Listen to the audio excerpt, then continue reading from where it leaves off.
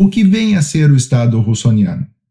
Bom, eu vou explicar isso para vocês logo em seguida. Primeiro vamos ver aqui a entrevista que Paulo Guedes deu à Globo News. Menos isso.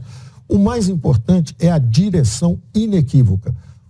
Nós precisamos completar uma transição. Existia um Estado máquina, robesiano, que vinha de uma ordem política fechada. E agora nós queremos um Estado, vontade do povo, russoniano. É um Estado de Rousseau. A vontade do povo é saúde, educação, saneamento, segurança pública.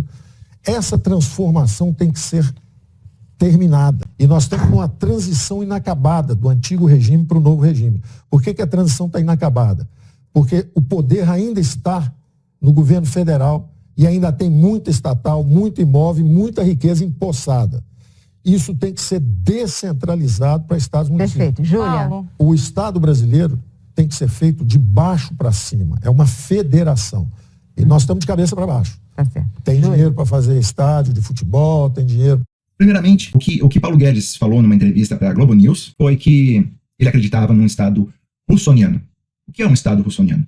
O Estado russoniano é o Estado de Jean-Jacques Rousseau, que era um suíço, que saiu da Suíça e foi para várias partes do mundo, mas ele participou muito na França da formulação da Revolução Francesa. As ideias dele, os livros que ele escreveu, foram muito importantes para que ocorresse a Revolução Francesa. Então ele tinha uma crença que o Estado precisava ser o resultado, né, da vontade do povo, da vontade popular. E por isso ele acreditava num contrato social. O livro mais importante dele é do contrato social, em que ele trata disso. Quer dizer, as pessoas de uma sociedade precisam fazer com que elas abrem mão de certas liberdades para poder viver em sociedade, né, mas que isso traz vantagens para todos. No momento em que não há vantagens para alguns, isso já não é mais um contrato realmente bom, benéfico para a sociedade. Então ele acreditava o Rousseau acreditava que o Estado precisava ser subdividido como se fossem vilas, que se hoje a gente for olhar para a Suíça, e Rousseau era um suíço, então ele usou a experiência dele da Suíça como modelo de Estado ideal,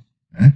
E se nós olharmos para a Suíça, nós vamos entender que a Suíça é um país que dá certo, não é porque existe um governo que tem muita identidade com o povo, que vai lá e faz o que o povo quer. Não existe um governante assim, bondoso. Não é por isso que a Suíça funciona. A Suíça funciona porque ela é invertida. Ou seja, o poder não está concentrado lá em cima no governo federal, está concentrado nas cidades, né?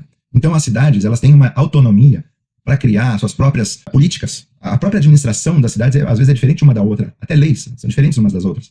Então, o que acontece é que também o dinheiro fica centralizado na cidade, né? Aqui no Brasil não, aqui a gente tem que recolher impostos e mandar para Brasília, e depois Brasília define o quanto vai voltar para cada estado, né? E isso acaba que, claro, o dinheiro vai para lá e não volta, né? Eles pegam uma parte para eles e dão uma merrequinha, eles distribuem para quem interessa, para conseguir mais votos para se reeleger, e acabou por aí. Então a gente vê uma grande desigualdade na distribuição de renda, né, para os estados da federação. Na Suíça são 26 estados, chamados cantões. E esses cantões, eles funcionam como se fossem países independentes. E é isso que o Paulo Guedes, o ministro da Economia do Bolsonaro, ele estava falando, que nós precisamos fazer essa transição de um estado centralizado para um estado descentralizado, onde os estados assumem a função de um país, como se fosse de um país independente. Ou seja, o dinheiro não tem que ir para Brasília, o dinheiro tem que ir para o estado, né? Pega do município, ou nem vai, porque na Suíça é assim, ou vai o que se arrecada fica no município, e o município passa só a parte que é de direito do estado para o estado, né? Então, o dinheiro não sai, o que sai só o que já era para sair mesmo. Aqui não, hoje o que acontece é que se manda tudo para lá, e sabe-se lá se volta. Então, isso que nós temos que imaginar como sendo uma tendência do futuro. O municipalismo é uma tendência, ou seja, o poder tem que voltar para a mão do povo. E para isso ele precisa se organizar localmente. Ele precisa pegar esses recursos financeiros e deixar no município e administrar diretamente. Na Suíça ocorre em muitos municípios, e a maioria dos municípios suíços eles são muito bem subdivididos. A maioria dos municípios suíços tem menos de 600, 700 habitantes. Mas então seria como se fosse a população de uma quadra, né, que é uma quadra de uma cidade menos de 1000 habitantes, mas numa área geográfica, numa cidade geralmente são áreas grandes, como se fosse um bairro. Então você tem uma população de uma quadra vivendo numa área como se fosse de um bairro.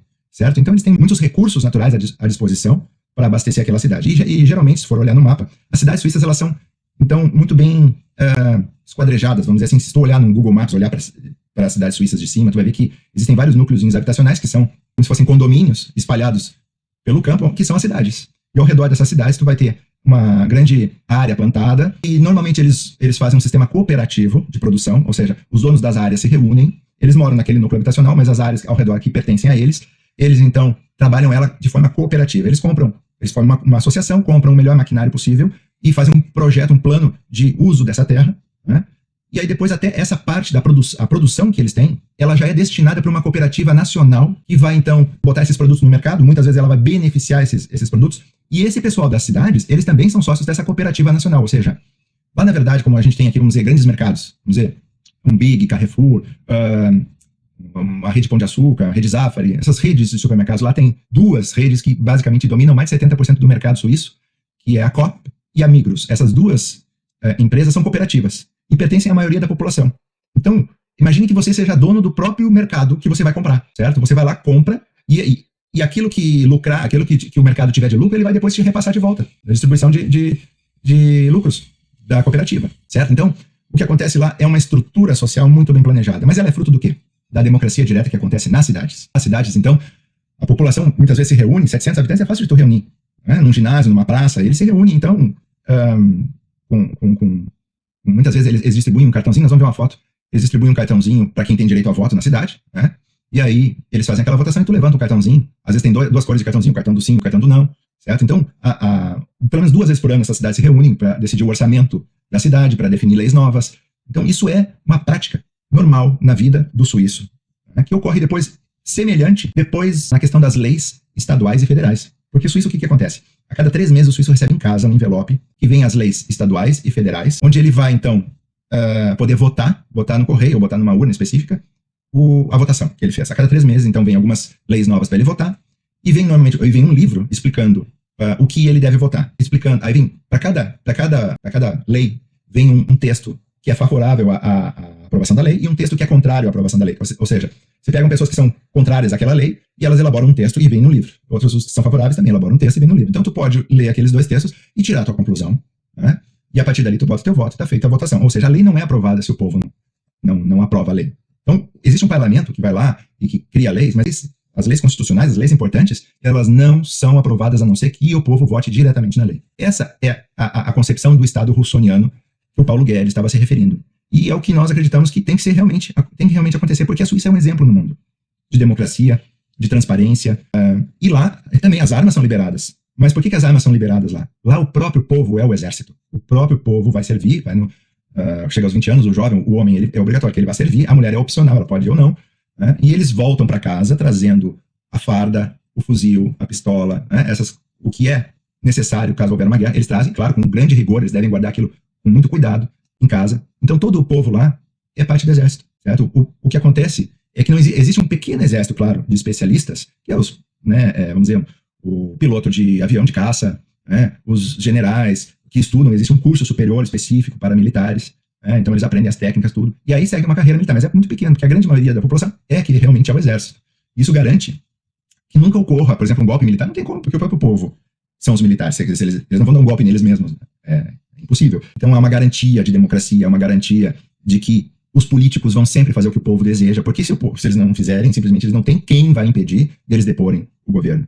E também assim não ocorre, por exemplo, de vamos fazer uma guerra, os políticos resolvem fazer uma guerra contra um outro país por interesses econômicos. Isso jamais aconteceria na Suíça, porque o povo não iria aceitar. Simplesmente não iriam. E realmente a Suíça nunca se envolveu em guerras, ela só se envolveria numa guerra se ela fosse invadida, certo? Essa questão da liberação das armas, ela tem esse valor estratégico para a democracia, que é muito importante. Não é só a questão da criminalidade, claro que também isso afeta muito a criminalidade, mas principalmente a garantia da democracia. Então, se nós pensarmos no Estado russoniano, nós vamos entender o que é a Suíça e o que ela funciona.